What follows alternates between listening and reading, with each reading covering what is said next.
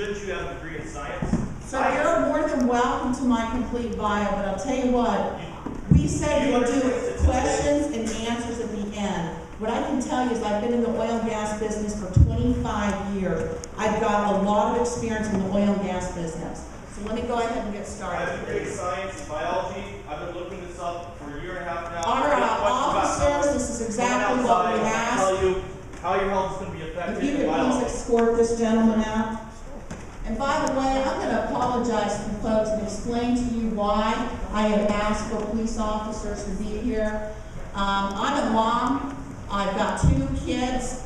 My son we just dropped off at Kent State. If any of you are Kent State fans, he will be playing football at Kent State. I plan on seeing my son's football games. I also have a daughter that just got engaged. I plan on being at her wedding. Unfortunately, at some of these public events, we have been aggressively approached. We've had death threats and other things, just explaining the science.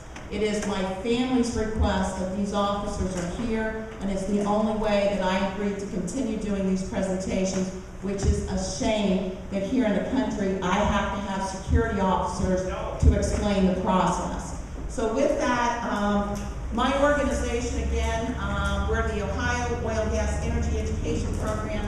We are a non-profit energy education program. We're one of the first states in the country to create this type of energy education program. We do not own or operate any oil and gas wells. We don't have a working interest, and we don't get an overrun in any of the wells produced in Ohio. We do not utilize any taxpayer dollars from any of our programs, and we do not utilize any grant dollars. Wanted to start first off with our teacher programs because it does affect a lot of the teachers here in the state of Ohio. One of the concerns our industry has is, bottom line is that the average age in our industry is now 55. I'm 50 and I'm considered one of the youngest in the oil and gas business. We're deeply concerned that we do not have kids going into the fields of science. My sister owns a dental lab. They're having the exact same problem. So it doesn't matter maybe whether or not the geology's here. The reality is we do not have kids pursuing careers in the science field and in energy in general. So the teacher workshops, I've left some brochures back there for you. For the education communities, it does not cost the schools or the teachers anything. The teachers do get CEU credits, and it is also, teachers can receive an optional graduate credit from Ashland University. So I wanted you to be aware of that program. State Science Fair, we just finished with that. The State Science Fair is always what I call the equivalent of a state athletic competition. This is where we do get the best and brightest science kids in the country.